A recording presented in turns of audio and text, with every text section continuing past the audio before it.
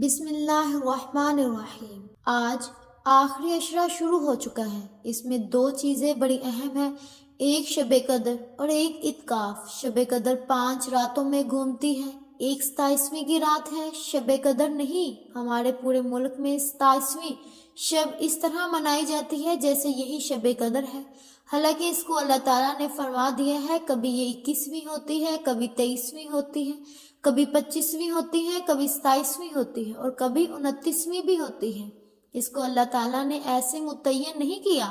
اللہ کے محبوب صلی اللہ علیہ وسلم تشریف لا رہے تھے شب قدر بتانے کے لیے، تعین کے ساتھ متعین کے ساتھ ساتھ کچھ دو آدمی آپس میں لڑ رہے تھے، تو آپ صلی اللہ علیہ وسلم نے فرمایا راتوں میں لڑائی کی وجہ سے اللہ تعالیٰ نے مجھے اس کو کھلا دیا ہے، لہٰذا اب تم میں سے 5 راتوں میں تلاش کرو، یعنی کہ تم ان کو 5 دنوں میں تلاش کرو۔ اور یہ اللہ تعالیٰ کا بہت بڑا کرم ہوا کہ اللہ تعالیٰ نے اسے اگر اللہ تعالیٰ نے متعین کر کے بتا دیتے، اور آگے آنے والے زمانوں میں تو پتہ ہے کہ شب قدر میں بھی لوگ شراب پئیں گے، زنا بھی کریں گے، ایسے اللہ تعالیٰ کی پکڑ آتی ہے کہ شاید ہم بندر اور خنزیر بنائے جاتے، تو اللہ تعالیٰ جیسے وہ دسترخواں اتنا عیسیٰ علیہ السلام کی قوم نے کہا یا رحمان یا رحیم، عیسیٰ علیہ السلام نے کہا یا اللہ دسترخوان اتار، تو اللہ تعالیٰ نے فرمایا اتار دو، کہا لیکن پھر کوئی ایمان نہ لائے گا تو وہ عذاب دوں گا۔ سب دیکھیں وہ تذکرہ اتارا پھر بھی لوگ ایمان نہیں لائے۔ اسی طرح بہت سے لوگوں نے کفر کیا سوائے چند ایک کے، تو میں نے باقیوں کو خنزیر بنا دیا، شراب پی رہے ہوتے، کھیل رہے ہوتے، ناچ گانا کرتے۔ اکثر بندر خنزیر بننا ممکن ہے، ایسا اس لیے ممکن ہے تو اللہ تعالیٰ نے اپنے نبی کے طفیل اس کو 5 راتوں میں گھما دیا۔ ایک تو 5 راتیں جاگنے سے 4 راتوں کی عبادت اور مل گئی، اور ایک شب قدر مل گئی، اور دوسرا اللہ تعالیٰ کی رحمت ہوئی کہ اس کو چھپا رہنے دیا تاکہ اس کی نہ قدری نہ ہو، لوگوں کو پتہ بھی نہ ہو، نہ قدری نہ ہو۔ آخری عشرہ مغفرت کا پہلا رحمت، دوسرا مغفرت اور تیسرا گناہوں سے جہنم سے آزادی ہے۔ آخری عشرہ جہنم سے آزادی ہے۔ نبی کریم صلی اللہ علیہ وسلم ساری زندگی اعتکاف بیٹھے۔ آخری عشرہ بدر کی جنگ 17 کو ہوئی تو واپسی تک رمضان گزر گیا، تو اعتکاف پر نہیں بیٹھے۔ فتح مکہ رمضان میں ہوا تو یہ 2 سال آپ مدینہ سے باہر تھے، باقی 8 برس آپ مدینہ میں تھے، اعتکاف فرمایا۔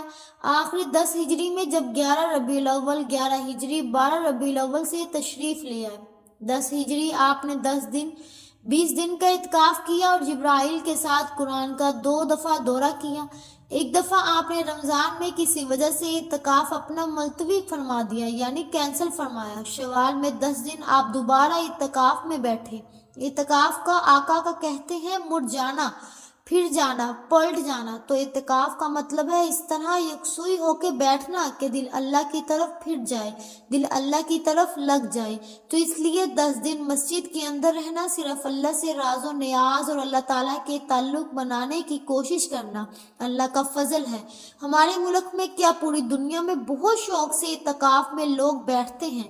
جب رمضان گرمی میں نہیں تھا تو جانا ہوتا تھا حرمین میں، تو ماشاءاللہ جگہ ہی نہیں ملتی بیٹھنے کی، اتنے اعتکاف کرنے والے لوگ ہوتے ہیں۔ جب بھی اعتکاف آئے آپ نے ناظرین کرام کرنا کیا ہے، نیت کرنی ہے کہ اللہ تعالیٰ آپ کا اعتکاف قبول فرمائے اور آپ کو زیادہ سے زیادہ عبادت کرنے کی توفیق عطا فرمائے۔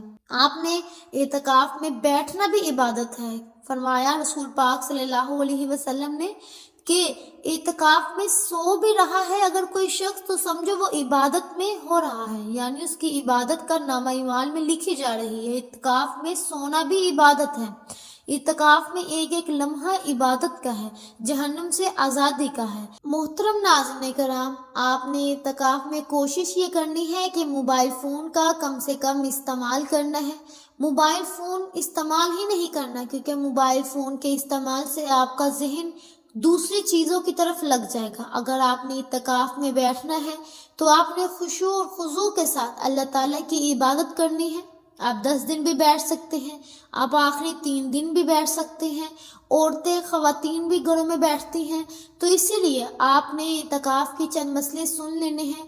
آپ نے سب سے پہلے مسجد میں مرد حضرات اگر اعتکاف کرنا چاہتے ہیں، عورتیں گھروں میں کر رہی ہیں، تو آپ نے نیت کرنی ہے کہ اللہ پاک زیادہ سے زیادہ عبادت کرنے کی توفیق عطا فرمائے، کیونکہ جب آپ اعتکاف میں بیٹھے ہوتے ہیں تو آپ کا سیدھا رجحان اللہ تعالیٰ کی طرف ہوتا ہے۔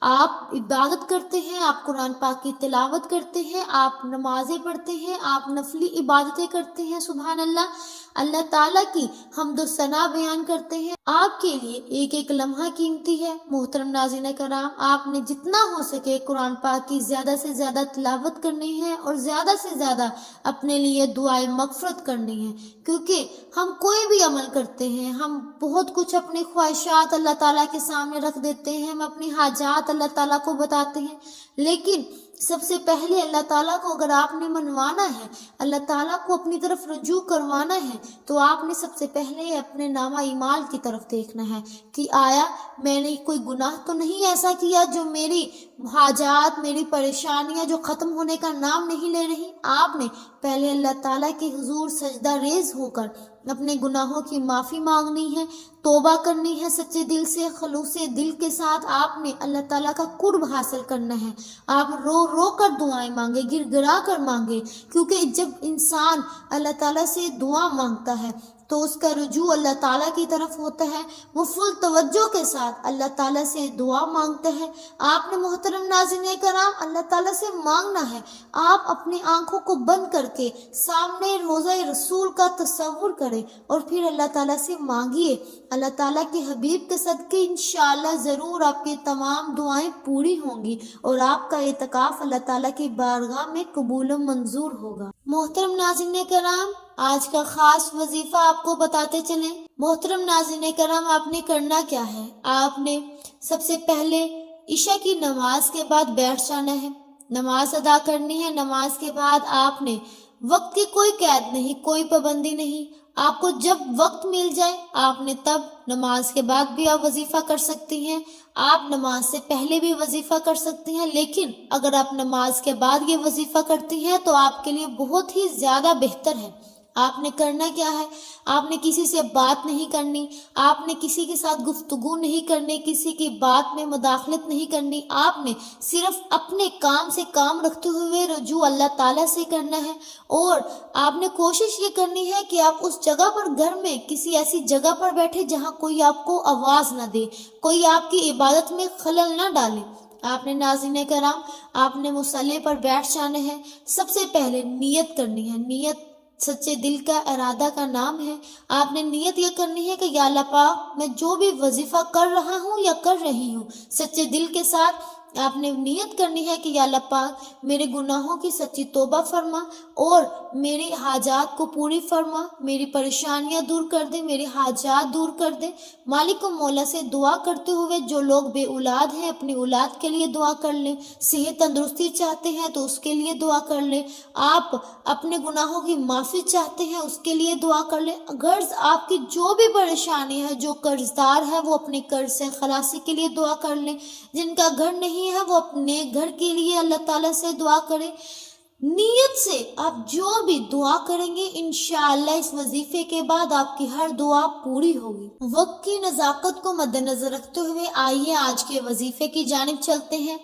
محترم ناظرین کرام، آپ نے جب بیٹھ جانا ہے نیت کر لینی ہے۔ آپ نے سب سے پہلے نمبر پر اللہ تعالیٰ کے 2 صفاتی نام کا وظیفہ کرنا ہے۔ جی ہاں محترم ناظرین کرام، آپ نے یا رحمان یا رحیم، یا رحمان یا رحیم کا وظیفہ کرنا ہے۔ یہ اللہ تعالیٰ کے ایسے 2 صفاتی نام ہیں کہ اگر جب بھی کوئی بندہ اس نام سے اللہ تعالیٰ کو پکارتا ہے تو میرا مولا، میرا مالک اس بندے کی دعا کو رد نہیں کرتا۔ میرا مالک فرماتا ہے بندے تو مجھے پکار تو صحیح، ہمیں اللہ تعالیٰ سے مانگنا نہیں آتا، ہمیں اللہ تعالیٰ کے سامنے دعائیں مانگنی نہیں آتی، ورنہ وہ تو مالک ہے، وہ پوری کائنات کا مالک جو پوری دنیا کو چلا رہا ہے، کیا بھلا ہماری دعاؤں کو رد کر سکتا ہے؟ وہ 70 ماؤں سے بھی زیادہ ہم سے پیار کرنے والا ہمارا مالک و مولا اللہ تعالیٰ فرماتا ہے بندے تو مجھے پکار تو صحیح، تو پکار تو صحیح، میں تیری شارک سے بھی زیادہ تیرے قریب ہوں۔ تو آپ نے محترم ناظرین کرام نیت کے ساتھ اللہ تعالیٰ کے صفاتی نام یا رحمان یا رحیم کو پڑھنا ہے۔ کتنی بار پڑھنا ہے توجہ کیجیے گا محترم ناظرین کرام، آپ نے 33 بار یا رحمان یا رحیم کا وظیفہ کرنا ہے۔ چلے آپ کو بتاتی ہوں کیسے کرنا ہے۔ یا رحمان یا رحیم ایک بار ہو گیا، یا رحمان یا رحیم 2 بار ہو گیا، یا رحمان یا رحیم 3 بار ہو گیا۔ اس طرح محترم ناظرین کرام آپ نے یا رحمان یا رحیم کو 33 بار پڑھنا ہے۔ آپ ہاتھوں کی انگلیوں پر بھی پڑھ سکتے ہیں، آپ تسبیح کے دانوں پر بھی پڑھ سکتے ہیں۔ گن کر محترم ناظرین کرام آپ نے 33 بار یا رحمان یا رحیم کا وظیفہ کرنا ہے۔ اور سب سے اہم بات محترم ناظرین کرام، آپ نے وظیفہ شروع کرنے سے پہلے آپ نے درود پاک لازمی پڑھنا ہے۔ آپ درود پاک کوئی سا بھی پڑھ سکتے ہیں، آپ صلی اللہ علیہ وسلم پڑھ لیں، آپ صلی اللہ علیہ محمد پڑھ لیں، یا آپ نماز والا درود ابراہیمی بھی پڑھ سکتے ہیں۔ نبی پاک صلی اللہ علیہ وسلم درود ابراہیمی کو سب سے زیادہ اہم سمجھتے تھے۔ آپ نے بھی درود ابراہیمی لازمی پڑھنا ہے، آپ نے نماز والا درود ابراہیمی پڑھنا ہے۔ ایک دفعہ ثواب کی نیت سے میرے ساتھ بھی پڑھ لیں۔ اللہم صلی علی محمد وعلی آل محمد کما صلیت علی ابراہیم وعلی آل ابراہیم انک حمید مجید۔ اللہم بارک علی محمد وعلی آل محمد کما بارکت علی ابراہیم وعلی آل ابراہیم انک حمید مجید۔ درود پاک پڑھنے کے بعد محترم ناظرین کرام آپ نے یہ درود پاک 3 بار پڑھنا ہے وظیفے کے شروع سے۔ آپ نے وظیفے کے شروع میں یہ 3 بار درود ابراہیمی پڑھ کر وظیفے کا آغاز کرنا ہے۔ درود ابراہیمی کے بعد آپ نے سب سے پہلے نمبر پر جو وظیفہ میں نے آپ کو بتایا اللہ تعالیٰ کے صفاتی نام کا یا رحمان یا رحیم، آپ نے 33 بار اس وظیفے کو لازمی کرنا ہے۔ جب آپ نے یہ پہلا وظیفہ کر لیا، آپ نے اپنے دل میں نیت کیا کرنی ہے؟ آپ نے اپنے دل میں یہ نیت کرنی ہے کہ یا اللہ پاک، اگر آپ تو بے اولاد ہیں آپ اپنے اولاد کے لیے پڑھ لیں، جو ماں باپ اپنے بیٹیوں کے رشتوں کے لیے پریشان ہے آپ ان کے لیے پڑھ لیں، جو بہن بھائی کامیابی چاہتا ہے آپ وہ بندہ اس کے لیے پڑھ لیں، ماں باپ اولاد کے لیے فرما برداری کے لیے بھی پڑھ سکتے ہیں، کوئی بہن بھائی اپنے رزق کاروبار میں برکت چاہتے ہیں اس کے لیے آپ پڑھ سکتے ہیں۔ غرض آپ جو بھی نیت لے کر بیٹھیں گے انشاءاللہ آپ کی ہر دعا پوری ہوگی۔ دوسرے نمبر پر سب سے اہم وظیفہ جو آپ نے کرنا ہے، جس کے بغیر یہ آج کا وظیفہ مکمل ہی نہیں ہو سکتا، آپ نے قرآن پاک کی سب سے چھوٹی سورت کا وظیفہ کرنا ہے۔ یہ سورت سمجھ لیں کہ قرآن پاک کی لاڈلی سورت ہے۔ یہ سورت سورہ کوثر ہے۔ محترم ناظرین کرام، سورہ کوثر برکت، رحمت، وسعت ہر اعتبار سے بہت ہی خوبصورت سورت ہے۔ یہ اللہ تعالیٰ کی لاڈلی سورت ہے۔ آپ نے سورہ کوثر کی تلاوت کرنی ہے۔ ایک دفعہ ثواب کی نیت سے میرے ساتھ بھی پڑھ لیں۔ بسم اللہ الرحمن الرحیم۔ انا اعطیناک الکوثر فصل لربک وانحر انا شانئک ھو الابتر۔ آپ نے سورہ کوثر کی تلاوت کتنی بار کرنی ہے؟ محترم ناظرین کرام ذرا توجہ کیجیے گا، آپ نے سورہ کوثر کو 7 بار پڑھنا ہے۔ آپ نے سورہ کوثر کی 7 بار تلاوت کرنی ہے اور خشوع اور خضوع کے ساتھ تلاوت کرنی ہے۔ انشاءاللہ آپ کی ہر حاجت پوری ہوگی، ہر پریشانی دور ہوگی، ہر تنگ دستی دور ہوگی، قرض سے خلاصی ہوگی، رزق میں کاروبار میں برکت چاہتے ہیں انشاءاللہ یہ دولت کی صورت ہے، یہ مالا مال انسان کو کر دیتی ہے۔ اور سب سے بڑھ کر آپ نے نیت کرنی ہے۔ عمل کا دار و مدار نیتوں پر ہے۔ انشاءاللہ میرا مالک آپ کی ہر دعا کو پوری فرمائے گا۔ آپ نے یہ وظیفہ لازمی کرنا ہے۔ جو بندہ یہ چاہتا ہے کہ اس کی ہر خواہش پوری ہو، آپ نے یہ وظیفہ لازمی کرنا ہے۔ کچھ لوگ کہتے ہیں کہ ہم نے بہت سے وظیفے کر لیے، ہماری دعائیں قبول نہیں ہوتی۔ تو محترم ناظرین کرم ایک دفعہ، بس ایک دفعہ اس وظیفے کو کر کے دیکھیے، انشاءاللہ آپ کی ہر دعا پوری ہوگی۔ آپ مجھے کمنٹ باکس میں آ کر کہیں گے کہ جو آپ نے فلاں وظیفہ بتایا ہماری دعا پوری ہو گئی، ہماری ہر حاجت پوری ہو گئی۔ انشاءاللہ آپ خشوع اور خضوع کے ساتھ اللہ تعالیٰ کے حضور سجدہ ریز ہو کر مانگیے، انشاءاللہ میرا مالک ضرور آپ کی ہر دعا پوری فرمائے گا۔ اور آپ نے اس وظیفے کے آخر میں بھی درود پاک پڑھنا ہے، اتنی تعداد میں ہی پڑھنا ہے، 3 بار جتنی بار وظیفہ عمل شروع کرنے سے پہلے پڑھا۔